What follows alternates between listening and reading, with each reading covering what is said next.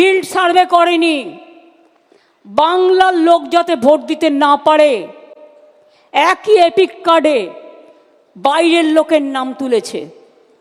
তার মানে বাংলার লোকটা যখন ভোট দিতে যাবে তার ভোটটা বাইরে থেকে এসে সে দিয়ে দেবে। একই এপিক নাম্বারে বাংলার ভোটারের যেখানে নাম আছে সেখানে হরিয়ানা, পাঞ্জাব, রাজস্থান, বিহার সব নাম ঢুকিয়েছে, রেলে করে নিয়ে আসবে। ওদের তো ভোট নেই। আবার মুর্শিদাবাদের ভোট তুলেছে নর্থ 24 পরগনায়, কারণ মুর্শিদাবাদের ভোট আগে হয়ে যাবে, ওগুলোকে নিয়ে আসবে নর্থ 24 পরগনায়। নেতাজি ইন্ডোরে গত 27 ফেব্রুয়ারি দলীয় কর্মী সভায় মমতা বন্দ্যোপাধ্যায় প্রথম এপিক বিভ্রাট সামনে আনেন। এদিন রাজ্যসভায় তৃণমূলের নেতা ডেরেক ওব্রায়েন বলেন, নেতাজি ইন্ডোরে মমতার এপিক কার্ড নিয়ে বক্তব্য এবার লোকসভা এবং রাজ্যসভার বিরোধী দলের প্রধানদের মুখে। যদিও তৃণমূল কংগ্রেসের পক্ষ থেকে বারে বারে দাবি করা হচ্ছে যে এপিক নম্বরের বিষয়টি, অর্থাৎ ভোটার কার্ডে একই এপিক নম্বর, এই বিষয়টি প্রথম সর্বভারতীয় স্তরে তুলে নিয়ে এসেছেন মমতা বন্দ্যোপাধ্যায়। কিন্তু কংগ্রেসের পক্ষ থেকে যেটা বলা হচ্ছে যে 6 মাস আগেই মহারাষ্ট্র নির্বাচনের পরই তারাই প্রথম এই বিষয় উত্থাপন করেছিলেন এবং সর্বভারতীয় স্তরে সাধারণ মানুষের সামনে নিয়ে এসেছিলেন। Mamata Bandyopadhyay first flagged the issue of the duplicate epic cards in the country.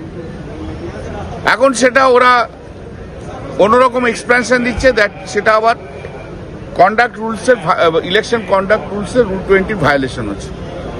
এখন এই ইস্যুটা এত বড় ইস্যু হয়ে গেছে যে maintenance of the voter list is extremely bad. এবং এই যে জায়গাটা, এই যে বাড়ানো ডুপ্লিকেট এপিক কার্ড, এর ইস্যু তো আগে ছিল না। We are raising this issue 6 months before, after the Haryana election itself and Maharashtra election itself. Election commissions respond in a negative way. Now they are telling, they are also admitting something has happened somewhere. Look, there should be a discussion in the parliament about this issue. Because we are all talking about the democracy. This issue is very much important relating to the democratic principles and values and actions. जिस तरह से election कराते हैं और जमीन पे क्या होता है वो तो हमको मालूम है, सभी को मालूम है, लेकिन सुनने वाला कोई नहीं है। न कोर्ट सुनती है, न इलेक्शन कमीशन सुनती है। বিজেপির সাংসদদের অভিযোগ, দীর্ঘদিন ধরে বাংলায় ভুয়ো ভোটার তৈরি করছে তৃণমূলই। তৃণমূলের বিরুদ্ধে সবথেকে বেশি অভিযোগ হচ্ছে রোহিঙ্গা বাংলাদেশি মুসলমানদেরকে রাজ্যে নিয়ে এসে তাদের নাম ঢোকানো।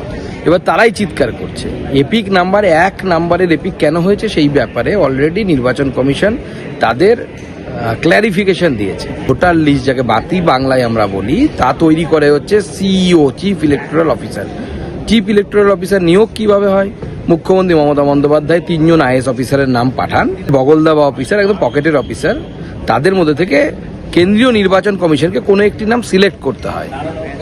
তারা কাজ করে, কাজ করান কাদেরকে দিয়ে? ডিএমকে দিয়ে, যারা মুখ্যমন্ত্রীর কথায় ওঠেন এবং বসেন এবং যথেষ্ট ভয় পান।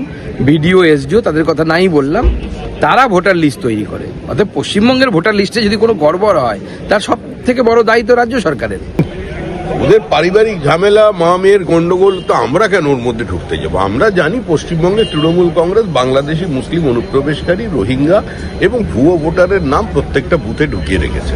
তারা এই বিতর্কটা তৈরি করছে এই কারণেই যে নির্বাচন কমিশনের উপরে চাপ সৃষ্টি করে ভোটের আগে যাতে তাদের ওই ফেক ভোটারের নামটা বাদ না যায়।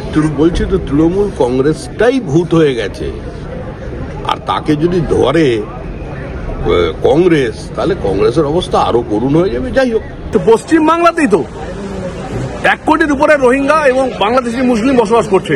এদেরকে কবে বিতরণ করা হবে এবং এর উপরে কিভাবে পদক্ষেপ নেওয়া হবে সেটাই আমি আজকে সংসদে তুললাম এবং এই বিষয়টি খুব দেখা দরকার। বিজেপিকে পাল্টা বিঁধেছে তৃণমূলও। অমিত শাহ ঘরে বসে ঘোল খাচ্ছে।